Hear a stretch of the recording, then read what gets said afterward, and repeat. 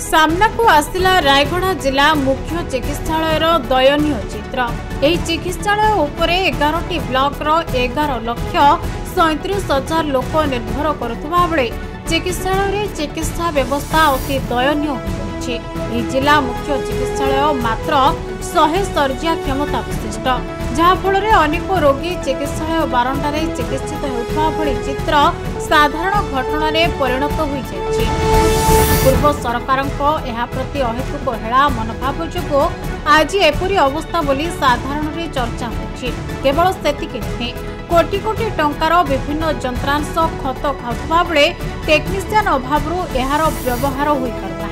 तेबे अभियोग पर रायगढ़ निर्वाचन मंडल विधायक काड्राका आपल स्वामी मुख्य चिकित्सालय परिदर्शन करथिबा बेले रोगी एभली अव्यवस्थित चिकित्सा देखि क्षुब्ध प्रकाश करथिले। रायगढ़ जिला मुख्य चिकित्सा अधिकारी डॉक्टर लालमोहन राउतराय आलोचना करथिले। एने से चिकित्सालय व्यवस्थित पदक्षेप हस्तक्षेप करने स्वास्थ्य मंत्री आलोचना करेंगे बोली कहिसेंते। जिला मुख्य चिकित्सा अधिकारी डॉक्टर राउतराय कहिथिले जे डाक्तर और स्वास्थ्य कर्मचारी अभाव ओएनए पूर्व से बारंबार लिखित भाव विभाग को निवेदन करथिबा कहिसेंते। तेबे विधायकों परिदर्शन पर स्थिति सुधार आसब बोली साधारण लोक आशावादी अछंते। नहीं क्षुब्ध कहीं हेबे से तो बुझे के कहउतले क्षुब्ध भी है नांती। खाली आमर जो एते माने दीदी मानकर संख्या कहीं कमी गला, जोड़ा कि आमर गवर्नमेंट पॉलिसी अनुसार आउटसोर्सिंग रे जो माने थिले से मानको 31/8 पर्यंत रखा हिची आउ एवं परवर्ती निर्देश आसिया पर्यंत से मानको आमे रखि परिबुनी बोली सारे मु से विषय अवगत करैली। सारे मध्य आश्वासन दैछन जे गवर्नमेंट जाई चेष्टा करिवे एवं आमर जिला पई कि किंति स्वतंत्र भाव रे जो आउटसोर्सिंग रे स्टाफ मान रहिथिले तांकु रखिया पई व्यवस्था करिया पई कहले। रायगढ़ मेडिकल परिदर्शन करिया पई आस्थिले। बहुत रोगी बेड न थाउनु तळे सोइचंते। बहुत दुख लागुची रायगढ़ मेडिकल व्यवस्था देखिले।